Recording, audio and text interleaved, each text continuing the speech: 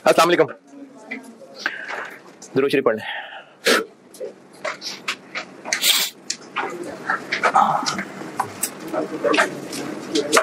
सवाल लिखें।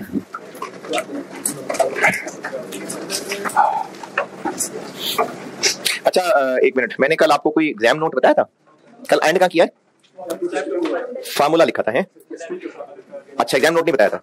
चले दो एग्जाम नोट लिखें पहले, फिर सवाल करते हैं।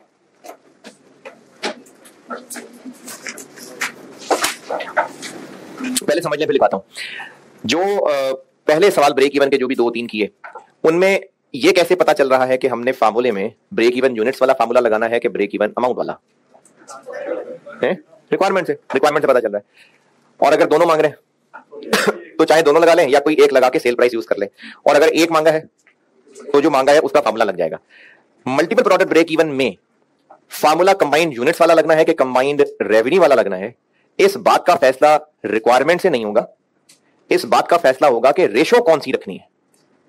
अगर रेशो मैनेजमेंट ने टारगेट यूनिट्स की करने को कहा है तो फार्मूला भी यूनिट्स वाला ही लगेगा। इसकी मैं रीजन सवाल करा लूं, पहले नॉलेज के लिए बता दूंगा, इतना कुछ ज्यादा वो समझ आती होती नहीं है, लेकिन चलें समझा दूंगा। और अगर नहीं समझ आई तो करना तो ऐसे ही जो बता रहा हूं। तो एग्जाम नोट दोबारा बता रहा हूं कि मल्टीपल प्रोडक्ट ब्रेक इवन की ही बात कर रहा हूं ना, तो ये लिखना की जरूरत है दोबारा कि अगर मल्टीपल प्रोडक्ट्स हैं तो चलें लिख लें। अगर मल्टीपल प्रोडक्ट्स हैं और ब्रेक इवन पूछा है, चल तो फिर ये भी लिख लें अगर कॉस्ट का पेपर है।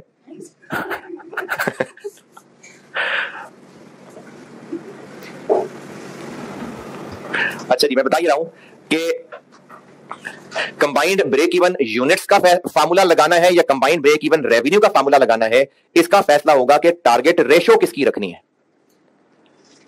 इसका फैसला टारगेट रेशो के हिसाब से होगा। अगर टारगेट रेशो यूनिट्स वाली रखने को कहा है तो कंबाइंड यूनिट्स वाला फार्मूला, और अगर टारगेट रेशो रेवेन्यू वाली रखने को कहा है तो कंबाइंड रेवेन्यू वाला फार्मूला। एक दफा और, कंबाइंड ब्रेक इवन यूनिट्स वाला फार्मूला लगाना है या कंबाइंड ब्रेक इवन रेवेन्यू वाला फार्मूला लगाना है, ये टारगेट रेशो देख के फैसला करना है। अगर टारगेट रेशो यूनिट्स की रखने को कहा है तो कंबाइंड यूनिट्स वाला फार्मूला, और अगर टारगेट रेशो रेवेन्यू की कहा है तो कंबाइंड रेवेन्यू वाला फार्मूला।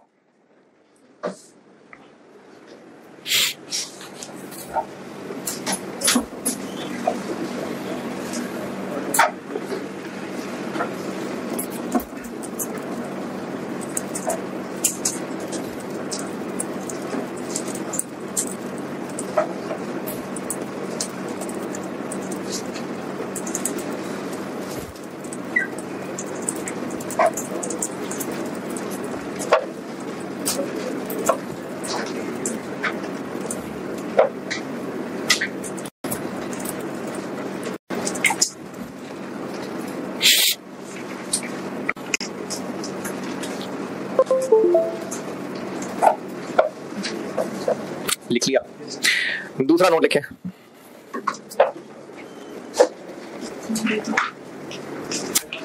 है पहले वाला एंड से बता दूं, फुल स्टॉप। पहला नोट दोबारा बता रहा हूं, break even units, combined break even units का फार्मूला लगाना है या कंबाइंड ब्रेक इवन रेवेन्यू का फार्मूला लगाना है, ये टारगेट रेशो के हिसाब से डिसाइड करना है। अगर टारगेट रेशो यूनिट्स की मेंटेन करने को कहा है तो कंबाइंड यूनिट्स वाला फार्मूला, और अगर टारगेट रेशो रेवेन्यू की मेंटेन करने को कहा है तो कंबाइंड रेवेन्यू वाला फार्मूला।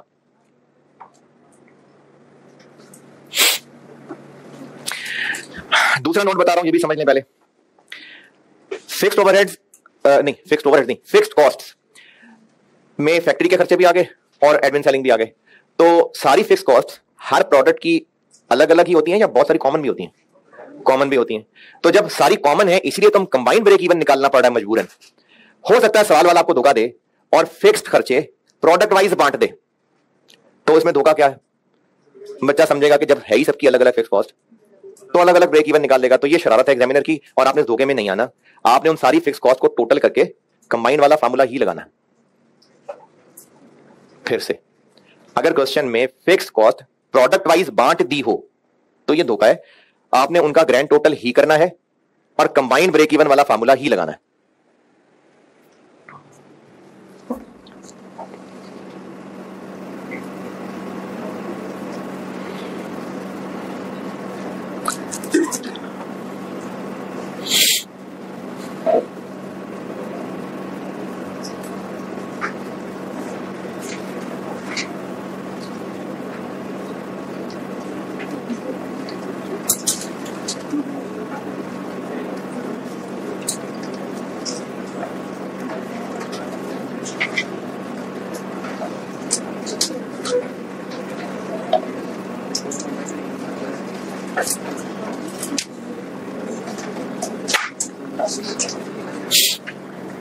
चले जी, लिख लिया।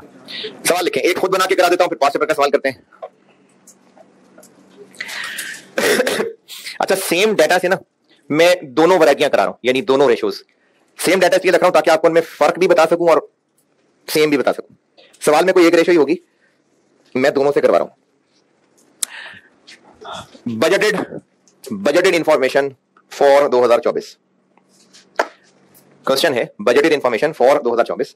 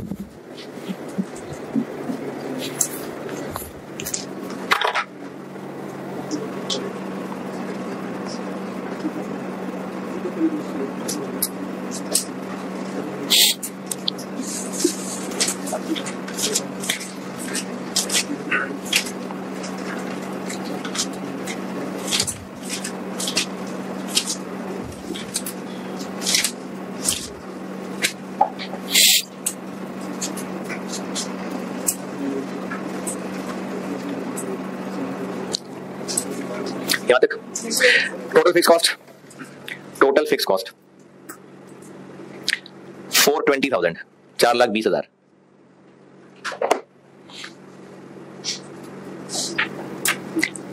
रिक्वायर्ड है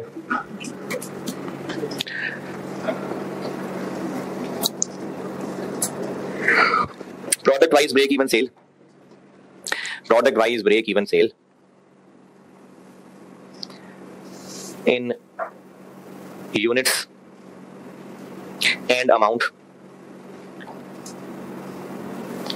if management has decided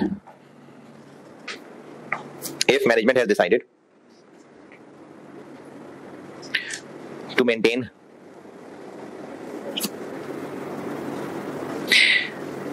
same ratio as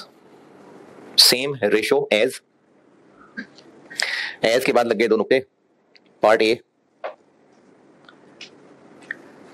budgeted sale units, और बी बजटेड सेल रेवेन्यू। सवाल में कोई एक ही कहा होगा, क्योंकि ये कल ये बात बताई थी कि यूनिट की रेशो है या अमाउंट की रेशो है, एक ही बात है, नहीं फर्क है ना, इसलिए होगी इनमें से कोई एक। मैं आपको सेम डाटा यूज करके बस दोनों में फर्क सिखाने के लिए सेम डाटा यूज कर रहा हूं। चलें करता हूं सॉल्व। अच्छा, बजटेड रेशो कहां है मेंटेन, बजटेड कहां है, बजटेड यूनिट्स किधर है, निकाल लेंगे। तो सवाल में ए और बी दोनों के लिए कॉमन डाटा ये है कि ए और बी का टोटल रेवेन्यू हमें पता है 24 लाख,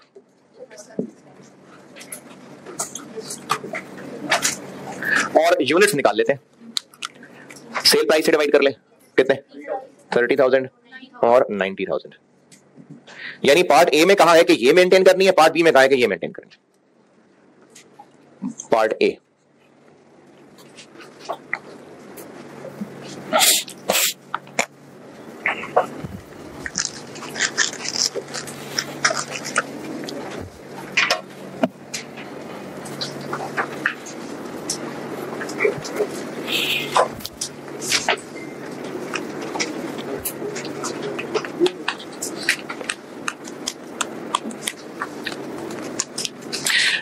पार्ट ए में रेशो कौन सी कहा है, यूनिट्स की ना, तो फार्मूला भी हमें लगाना पड़ेगा कंबाइंड यूनिट्स वाला। Total fix cost divided by weighted average contribution per unit. Total fix cost 420,000, weighted average contribution per unit निकाल लेते हैं। कंट्रीब्यूशन पर यूनिट ए का कितना है,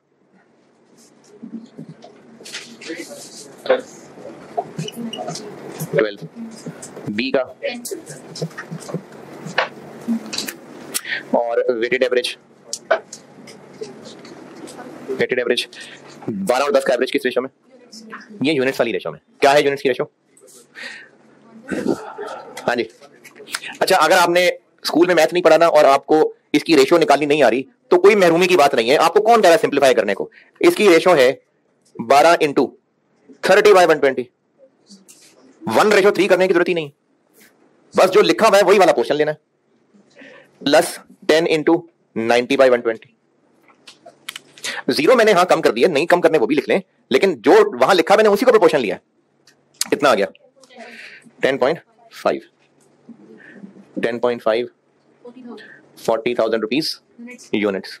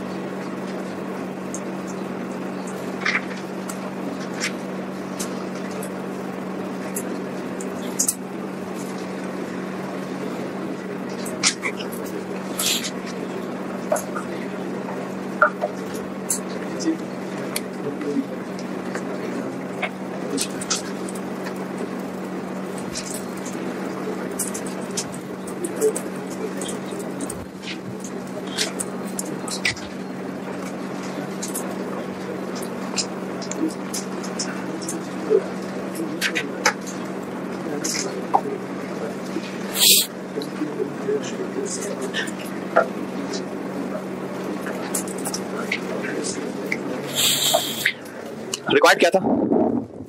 प्रोडक्ट वाइज। तो अब इसको प्रोडक्ट वाइज तोड़ लेते हैं। प्रोडक्ट वाइज तोड़ेंगे तो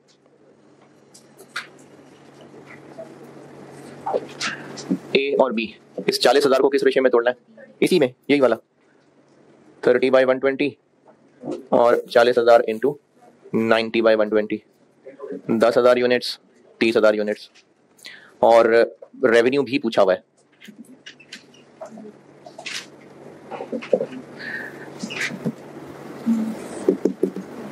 मल्टीप्लाई कर लें प्राइस से।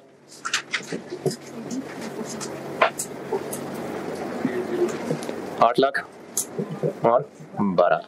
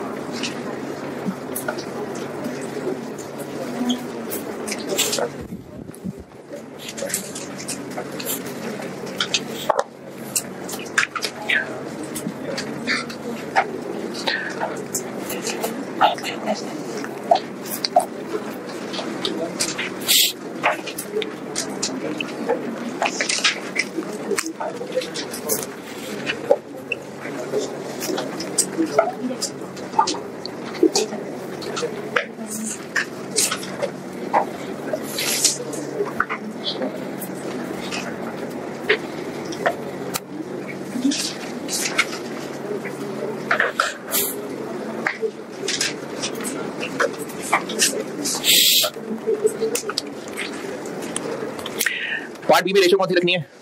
रेवेन्यू की। तो फॉर्मूला लगाना पड़ेगा रेवेन्यू वाला। Total fix cost divided by weighted average CS ratio. CS ratio को कंट्रीब्यूशन मार्जिन भी कहते हैं। CS रेशो अगर 15% है तो 0.15 लिखना भी ठीक है, 15% लिखना भी ठीक है, ये एक ही बात है। टोटल फिक्स कॉस्ट आ गई 4,20,000, वेटेड एवरेज CS रेशो निकाल लेते हैं वर्किंग 2। CS रेशो A की कितनी है?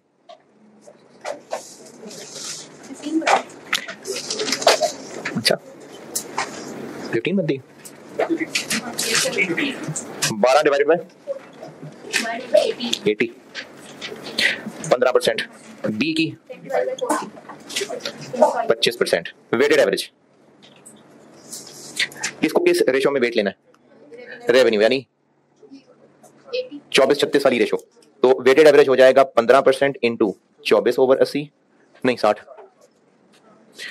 Plus 25% into 36/60। रेवेन्यू की रेशो आ गई अब 21।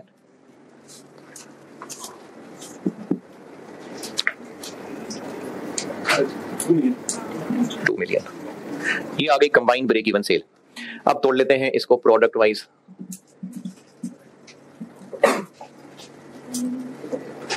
तो 2 मिलियन को तोड़ दें किस रेशो में? यही 24/60 और बी को 36/60, 8 लाख और 12 लाख सामा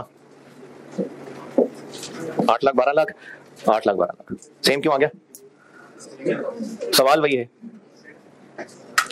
और इसको ले जाते हैं अब यूनिट्स पे।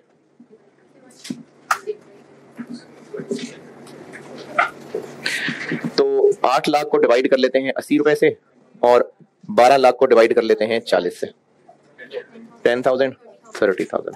तो बस ये दोनों पार्ट सामने लाने का मकसद ये था कि रेशो से फैसला करना है कि फार्मूला कौन सा वाला लेना है।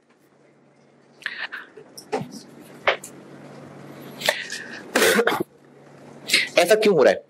Weighted average contribution per unit लगाने के लिए किसकी रेशो इस्तेमाल होनी बनती है? Weighted average contribution per unit लगाने के लिए। अगर कल वाली मिसालें समझ आई थी तो सेल प्राइस पर यूनिट, वो जो मैंने 2 मिसालें दी थी, सेल प्राइस पर यूनिट कौन सी रेशो से वेट कर रहे थे? यूनिट्स की जो रेशो थी। और जब मैंने वेज रेट पर आर का एवरेज किया था तो जो आर्स की रेशो थी। तो हम जब कंट्रीब्यूशन पर यूनिट को वेटेड एवरेज कर रहे हैं तो यूनिट्स की रेशो लेनी है ना। इसके लिए ये रेशो ले लें, चल जाएगी। अमाउंट की रेशो ले लें, खैर एक ही बात है। नहीं तो इसलिए रेशो किसकी है उसकी बेस पे फैसला करना है। अगर रेशो यूनिट्स वाली मेंटेन करवानी है तो कंट्रीब्यूशन पर यूनिट वाला फार्मूला लगेगा। अगर रेशो रेवेन्यू वाली पूरी करवानी है तो फिर रेवेन्यू वाला फार्मूला लगेगा।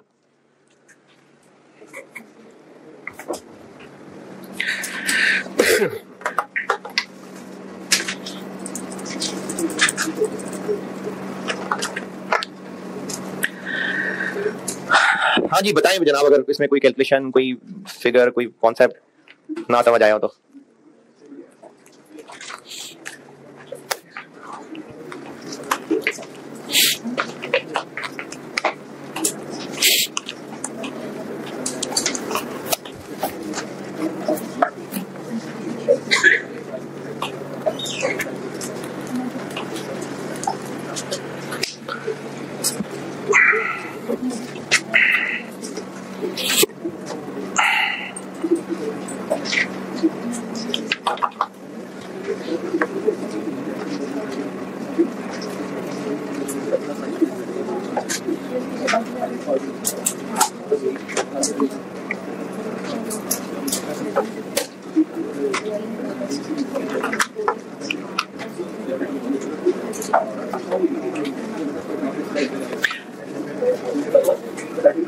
Noted.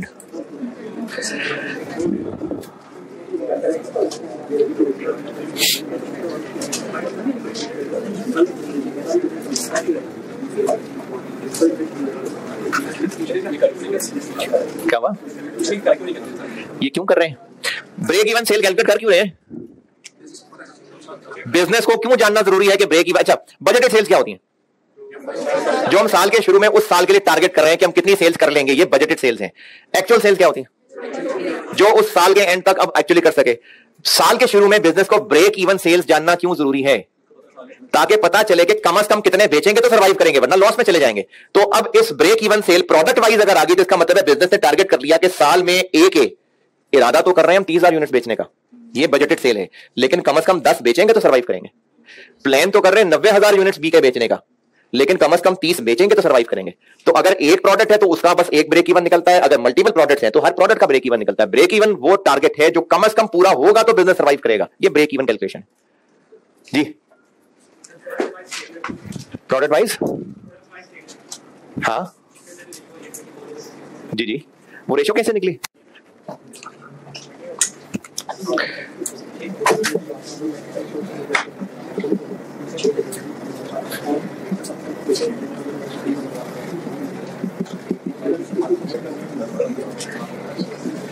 आप ठीक है? तो मुझे जवाब देना यार, ठीक है? अब क्या किया ये रेशो लिया ना। वेटेड एवरेज सीएस रेशो निकालने के लिए हमने वेट किसको यूज करना है? वेटेड एवरेज सीएस रेशो निकालने के लिए ये क्या कर रहे हैं हम? मल्टीपल प्रोडक्ट कल थे, कल वाली क्लास में थे।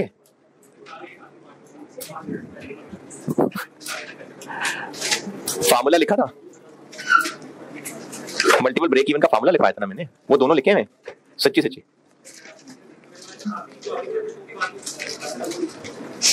तो मैंने आखिर में फार्मूले लिखवाए थे, बस और तो कुछ नहीं था। तो नहीं लिखे हुए ना ये फार्मूले लिखवाए थे ना बेटे मैंने कल, फार्मूले लिखवाए थे मैंने कल इसके। यार किसी को कुछ समझ नहीं आ रहा हम क्या कर रहे हैं? जो टारगेट रेशो थी या तो वो यूनिट की थी या सेल्स रेवेन्यू, या तो मैनेजमेंट ने कहा जी हम इसी रेशो में ही आइंदा जो भी ए और बी बेचेंगे, जैसे 8 लाख और 12 लाख बेचेंगे, तो ये इसी रेशो में ही है 8 लाख और 12 लाख।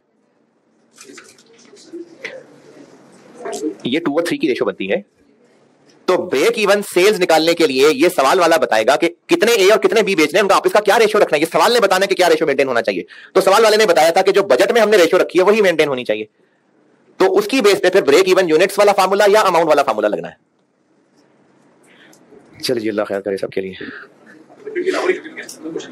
वो वैसे कह देगा कि हो सकता है सवाल में वो कहता कि 5-9 की रेशो मेंटेन करनी है, हो सकता है बजट गिवन हो, लेकिन वो कहे कि ब्रेक इवन निकाले और मैनेजमेंट ने डिसाइड किया कि 5-9 की रेशो रखनी है, तो बस जो टारगेट रेशो है वो यूज करनी है। एक सवाल होगा सबसे आखिरी जी।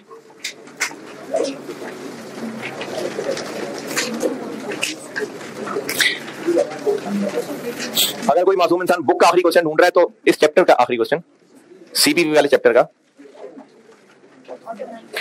Page number 244, question number 18। ये ऑटम 2009 अटेम्प्ट का सवाल है।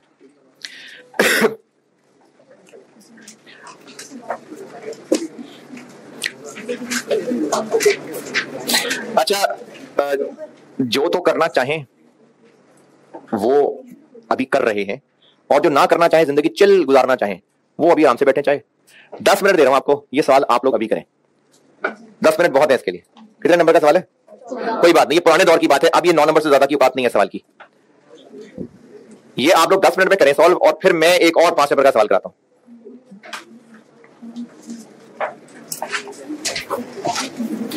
सॉल्वेंट के नाम से सवाल है।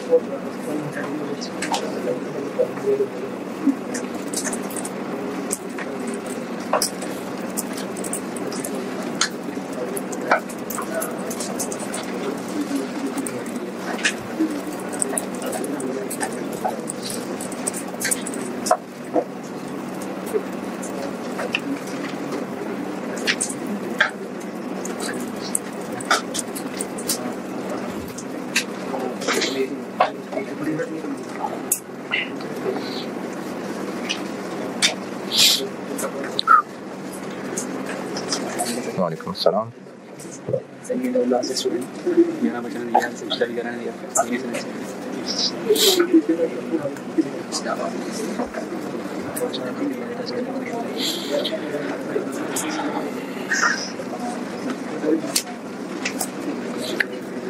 अच्छा, सेशन के शुरू में ये जो लोग टेस्ट दिया करते थे वो होते थे मेरा ख्याल है कोई 50% प्लस ही होते थे।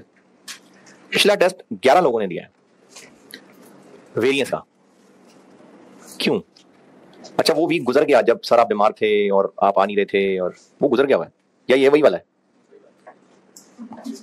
ये तो 20 मंडे को हुआ था। 11 लोगों ने टेस्ट दिए, 11।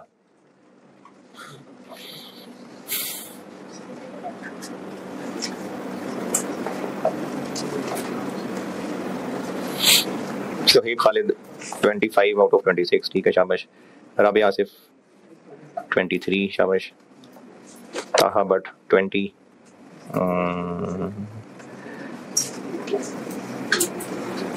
ठीक, चले ठीक।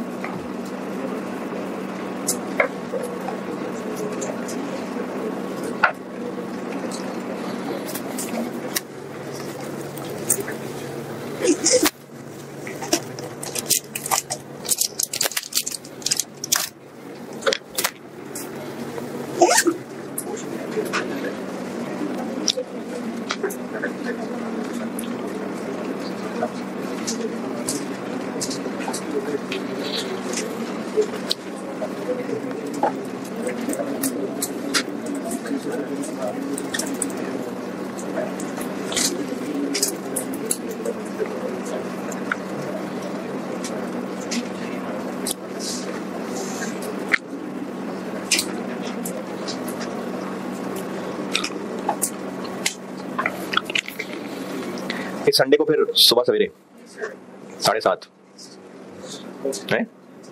ये कौन सी क्लास है? ये कॉस्ट की है ना? कॉस्ट की है। R2 की संडे को नहीं।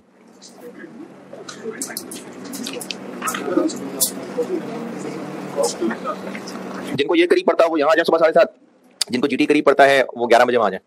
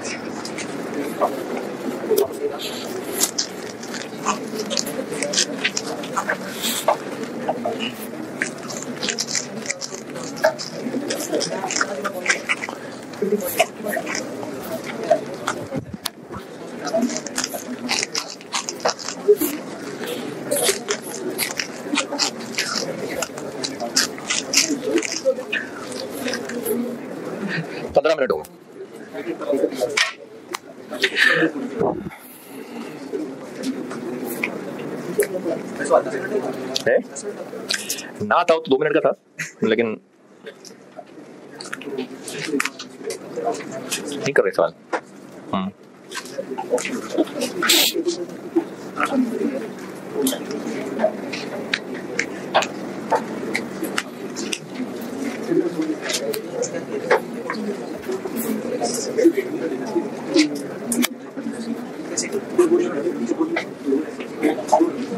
चलिए बस बहुत है, देख लें सोल्यूशन जहां तक पहुंचे हैं। जिसने अभी नहीं करना वो बाद में सही, लेकिन जिन्होंने काफी हद तक कर लिया सोल्यूशन देखें। 2-3 पॉइंटर्स हैं मसले वाले, वो बताता हूं और फिर अगला सवाल करते हैं। सोल्यूशन देख लें जल्दी से, और जो पूछना है पूछें, नहीं पूछना तो मैं खुद ही बता देता हूं।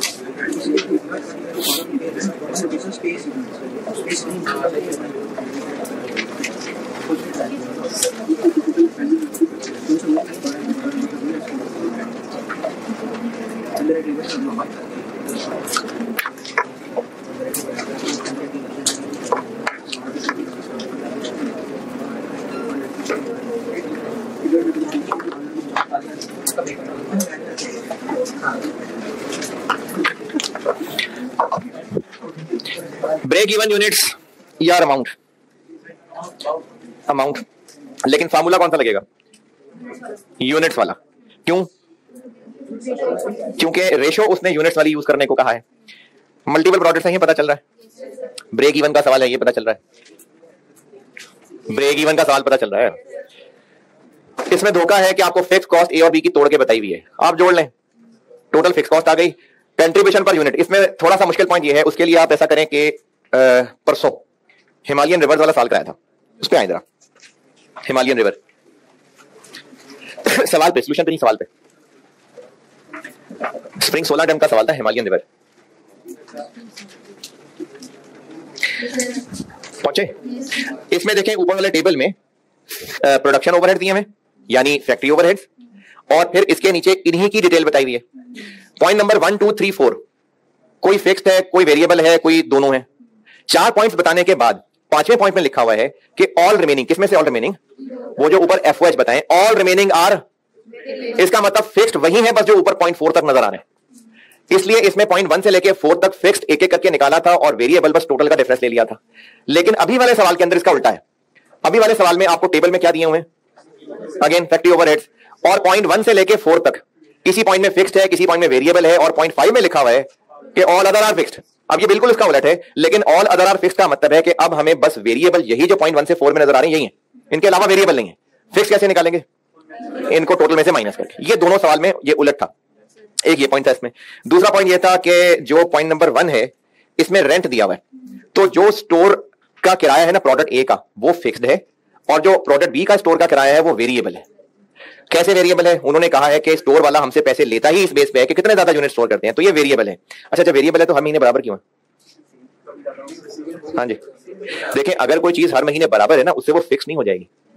अगर हर महीने बराबर यूनिट सेल होंगे तो डायरेक्ट मटेरियल कॉस्ट हर महीने बराबर ही होगी, डायरेक्ट लेबर कॉस्ट हर महीने बराबर ही होगी, तो उससे वो फिक्स थोड़ी हो जाएगी। तो बजट कर रहे हैं हम कि हर महीने 1,20,000, तो क्या पता हर महीने इत्तेफाक से हम बराबर यूनिट स्टोर करना चाहते हो, है तो वो बाय नेचर वेरिएबल ना। तो प्रोडक्ट बी का रेंट वेरिएबल है और प्रोडक्ट ए का रेंट फिक्स्ड है। फिर इसके बाद तीसरा मसला ये होता है कि जो फ्यूल दिया हुआ है पावर, उस पावर के बारे में ए और बी अलग अलग नहीं बताए हुए, जबकि हमें वेरिएबल कॉस्ट अलग अलग चाहिए। क्यों अलग चाहिए? ताकि कंट्रीब्यूशन निकाल सकें। तो उसके लिए उन्होंने ये कह दिया कि इनका ताल्लुक है यूनिट्स प्रोड्यूस से। तो ओवरहेड का चैप्टर पढ़ पढ़ के उम्र गुजार दी, तो क्या करें, यूनिट्स की रेशो में बांट दें। ये 3 बातें थी बताने वाली। आपने कुछ पूछना है तो पूछें। चले ठीक है, एक सवाल मैं करता हूं अभी। Spring 15, spring 2015, KPK dairies, KPK dairies, page 242, question number 14। Spring 2015 term का सवाल है, पढ़ ले, मैं करता हूं।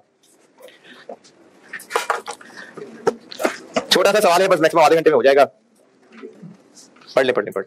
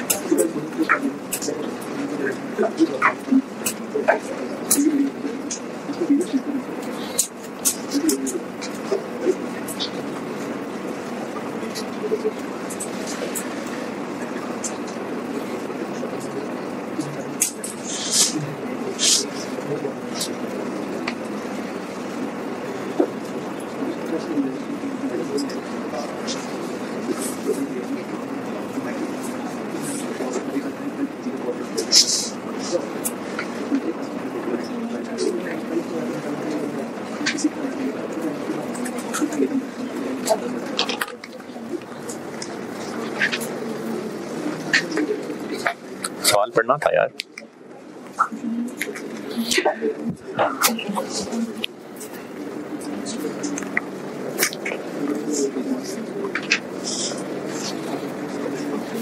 कैसे पता ब्रेक इवन है? रिक्वायरमेंट में पूछा हुआ है। कैसे पता मल्टीपल प्रोडक्ट्स है? तो मल्टीपल प्रोडक्ट्स हैं, ब्रेक इवन है, बिल्कुल पता चल जाता है। ब्रेक इवन यूनिट वाला फार्मूला लगाना है या अमाउंट वाला? यूनिट्स वाला। क्यों? क्योंकि रेशो उसने यूनिट्स की कही है। तो कंबाइंड ब्रेक इवन, ये मैं कर रहा हूं स्प्रिंग 15, कंबाइंड ब्रेक इवन लगाते हैं यूनिट्स वाला, और उसके लिए चाहिए टोटल फिक्स कॉस्ट और weighted average contribution per unit.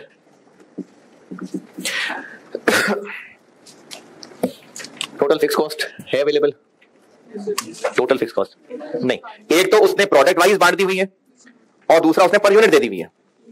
तो पर यूनिट को टोटल कर लें और प्रोडक्ट वाइज को फिर ग्रैंड टोटल कर लें, तो कर लेते हैं। टोटल फिक्स्ड कॉस्ट कहां कहां है फिक्स कॉस्ट? फिक्स्ड ओवरहेड्स में फिक्स कॉस्ट है, तो इसमें हमें पर यूनिट को टोटल तक कैसे पहुंचाना है? यूनिट्स प्रोडक्शन या सेल? प्रोडक्शन ओवरहेड्स है ना, तो इनको तो यूनिट्स प्रोड्यूस से ही मल्टीप्लाई करना। अच्छा, सारा ये बजटेड डाटा है, प्रोजेक्टेड बजटेड, तो ब्रेक इवन में ऐसा ही है, बजटेड डाटा ये सारा। C plus 25 into 540,000।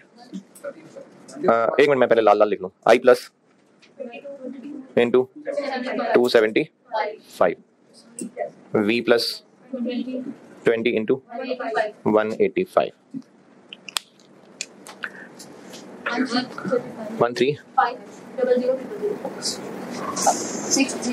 60500000 37।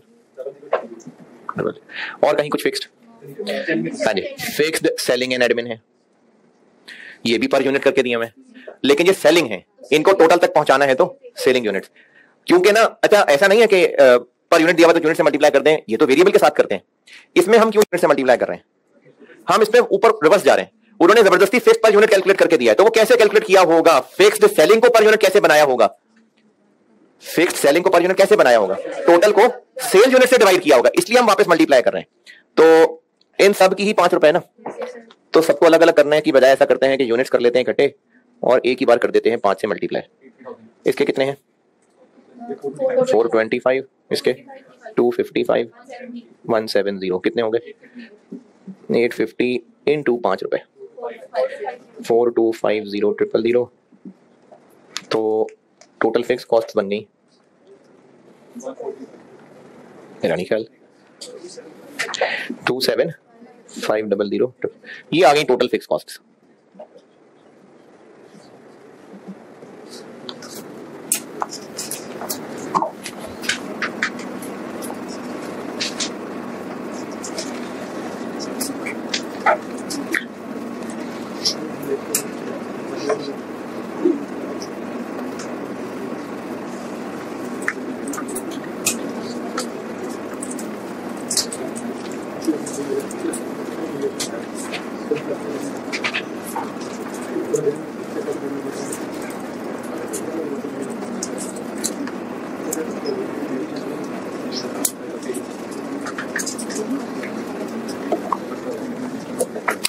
अब क्या रह गया? Weighted average contribution per unit. तो तीनों के कंट्रीब्यूशन पर यूनिट निकाल लेते हैं और उसको वेटेड एवरेज कर लेते हैं। और कंट्रीब्यूशन निकालने के लिए अगर आप ये डाटा देखें और आखिर तो परसों वाला सवाल याद आएगा जिसमें कंट्रीब्यूशन मार्जिन नेट का दिया हुआ था और सेल प्राइस थी नहीं। सेल प्राइस हमने वेरिएबल कॉस्ट से वर्क बैक करके निकाली थी, बिल्कुल वही वाला काम है। क्या क्या है वेरिएबल कॉस्ट? डायरेक्ट मटेरियल,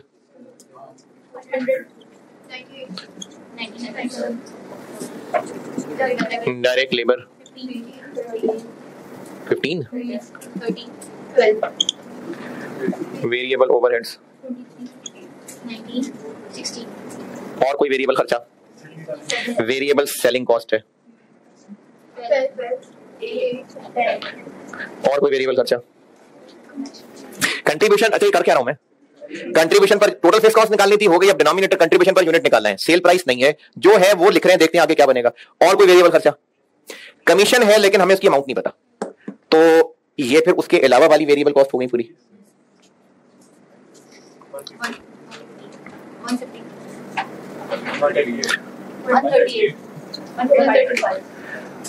अच्छा, इस तरह की एक चीज मैंने शायद परसों वाले सवाल में बनाई थी, पता नहीं कि नहीं बनाई थी।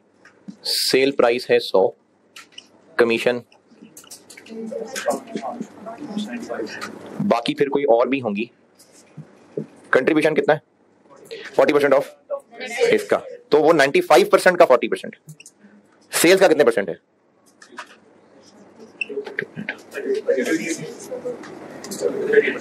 5%, इसको मैंने इस इक्वेशन में शायद बनाया होगा ऐसे, ये 5% कमीशन है सेल प्राइस की, वो माइनस कर दें तो मैंने ये चीज ना इस तरह से की होगी, ये 95% का 40% है,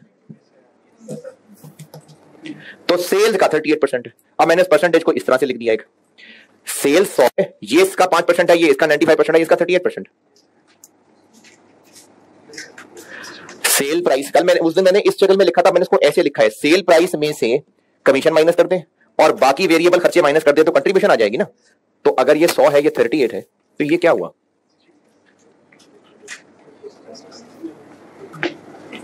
ये मैंने परसों वाला सवाल कराते हुए ऐसे लिखा था, अब वो ऐसे लिख दिया है बस।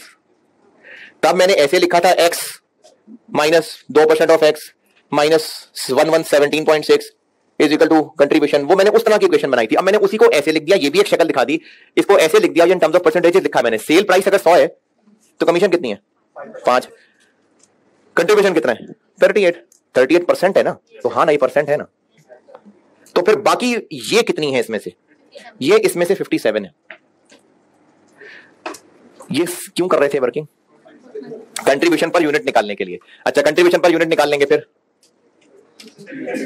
वेटेड एवरेज करेंगे, फिर वहां पर आंसर क्या आ जाएगा, ब्रेक इवन यूनिट्स आ जाएंगे। तो रिक्वायरमेंट में क्या पूछा है, यूनिट्स भी पूछे, अमाउंट भी पूछी है, तो अमाउंट कैसे निकाले, तो सेल प्राइस भी चाहिए ना, तो हमें यहां कंट्रीब्यूशन भी चाहिए, सेल प्राइस भी चाहिए, तो यहां से मैं कंट्रीब्यूशन और सेल प्राइस दोनों निकाल लेता हूं, इस्तेमाल कर रहे हैं। यहां से सेल प्राइस तक कैसे पहुंचे, इक्वेशन बनानी है, इक्वेशन बना ली, ये बात नहीं समझ आ रही कोई बात नहीं, परसों जैसे इक्वेशन बनाई थी वैसे कर लें।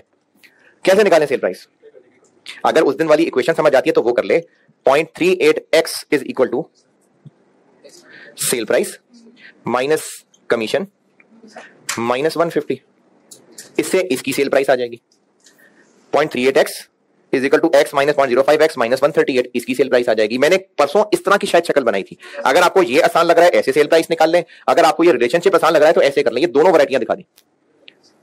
अगर इस तरह समझ आ रहा है किसी को या नहीं आ रहा है, तो ये 150 इसमें से क्या है, तो अगर ये 57 है तो सेल प्राइस क्या है, तो इसको सेल प्राइस तक कैसे पहुंचाएं, इसको 57 से डिवाइड करके 100 से मल्टीप्लाई कर दें। तो हमें यहां पर अगर आपने इक्वेशन बना के जैसे परसों किया था ऐसे करना है, ऐसे कर लें। अगर आपको ये रिलेशन समझ आ रहा है तो ऐसे कर लें, तो सेल प्राइस आ जाएगी, इसको चलो मैं ए कह देता हूं, ए को डिवाइड कर रहा हूं मैं 57 से और मल्टीप्लाई कर रहा हूं 100 से, तो सेल प्राइस आ जाएगी 263.16 242.11 236.84।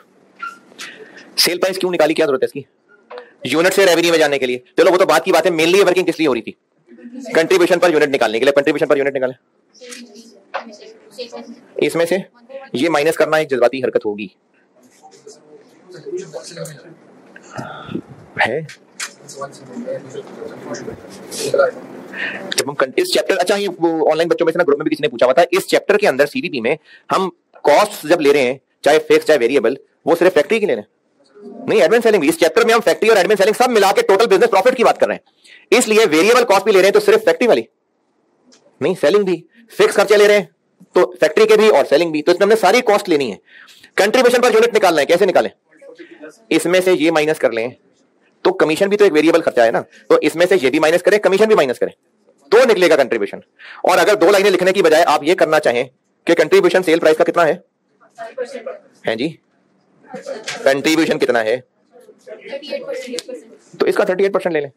दोबारा इसमें से ये भी माइनस करें, कमीशन भी माइनस करेंगे तो कंट्रीब्यूशन निकलेगा, या फिर सेल प्राइस का 38% ले लें तो वो कंट्रीब्यूशन ही आएगा। 100 92 ये 90 और weighted average contribution per unit किस रेशियो में, कौन से, तो 100 into 425 divided by 850, 92 into 255 divided by 850, 90 into 170 by 850, ये लिखेंगे यहां। कंबाइंड यूनिट्स निकलेंगे, फिर उनको इसी रेशो में प्रोडक्ट वाइज बांट देंगे। और रेवेन्यू कैसे बनेगा, सेल प्राइस से मल्टीप्लाई। ये तो किया है मैंने, होमवर्क है ये आपने करना। अच्छा पब्लिक के पुरजोर सरार पे एक होमवर्क बता रहा हूं, ऑटम 19 अटेम्प्ट